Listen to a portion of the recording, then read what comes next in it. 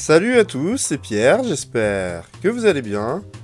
Bon, je pense que comme tout le monde, ce qui nous intéressait dans ce match, c'était de jauger la force des deux équipes qui sont dans le groupe de la France. Et à la fin de ce match, je me dis que ça va être difficile pour les Bleus, parce que les deux équipes sont très bonnes. Et autant les Pays-Bas c'était attendu, autant la Pologne, sans Lewandowski, je les voyais pas tenir longtemps face aux Pays-Bas. Au final, ils ont fait un bon match. Le duel était équilibré jusqu'au but sur corner de Buxa, au premier poteau. Alors, les Pays-Bas, ils font un marquage de zone.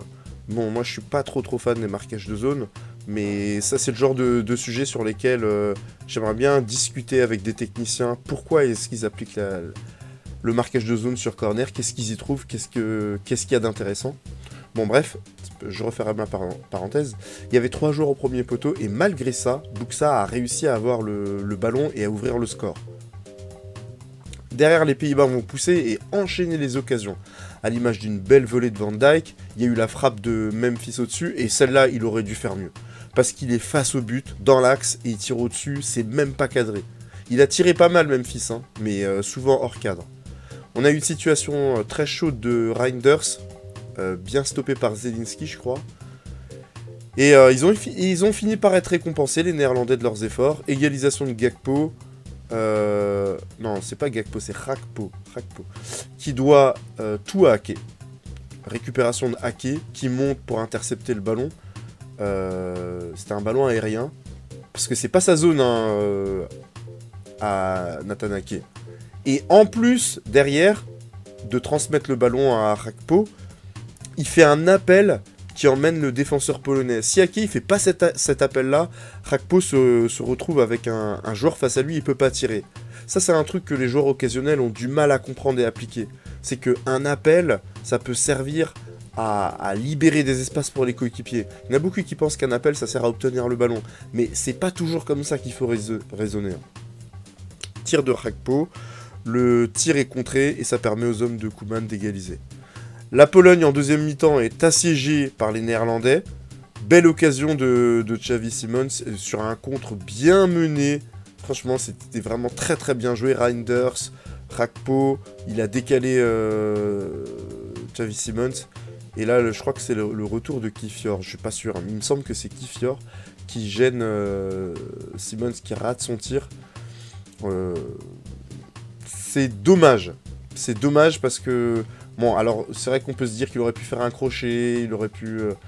Bon. En tout cas, c'était une belle occasion et c'était une belle action. Kiwior, justement, répond avec une belle frappe pied gauche. Franchement, globalement, j'ai été séduit par ces Polonais. Hein. Je les ai trouvés très bons balles au pied, notamment dans la zone de conservation, pour se sortir de la pression néerlandaise et pour se créer des occasions, alors qu'en défense, c'était un petit peu plus dur pour eux de sortir de la pression, et ils ont souvent laissé Szczesny envoyer des longs ballons devant, qu'ils ont perdus. Mais au milieu de terrain, moi je les ai trouvés très intéressants, ils sont capables de trouver des situations de frappe et ne pas exister uniquement sur les coups de pied arrêtés. Malheureusement pour eux, Weghorst qui venait d'entrer en jeu sur une passe magnifique, encore une fois de Nathan Ake, bien dans l'intervalle, crucifie Szczesny sur son premier tir, et je serais pas surpris qu'il finisse titulaire, j'y reviendrai. 2-1 score final, alors que retenir de ce match? Franchement, c'est un groupe relevé pour les Bleus. Parce que la Pologne a perdu, d'accord, mais elle n'a pas démérité. Si ça se termine sur un nul, c'est pas volé. Franchement, c'est pas volé. Et elle s'est créée des occasions. Les Pays-Bas ont montré qu'ils pouvaient concéder des occasions, mais ils ont été solides défensivement, et en attaque, en fait, ils se sont créés des occasions qu'ils n'ont pas réussi à convertir. C'est-à-dire, dans un autre jour, il y aurait pu avoir 3-4-1. Il faudra donc qu'on prenne les points demain, parce qu'on sait désormais que les deux équipes du jour sont d'un niveau très élevé. Au niveau des tops, alors au début j'ai longtemps hésité entre Ake et Reinders sur l'ensemble du match. Sans hésitation, je vais dire Nathan Ake. Ah là là, solide défensivement, serein à la relance, décisif sur les deux buts.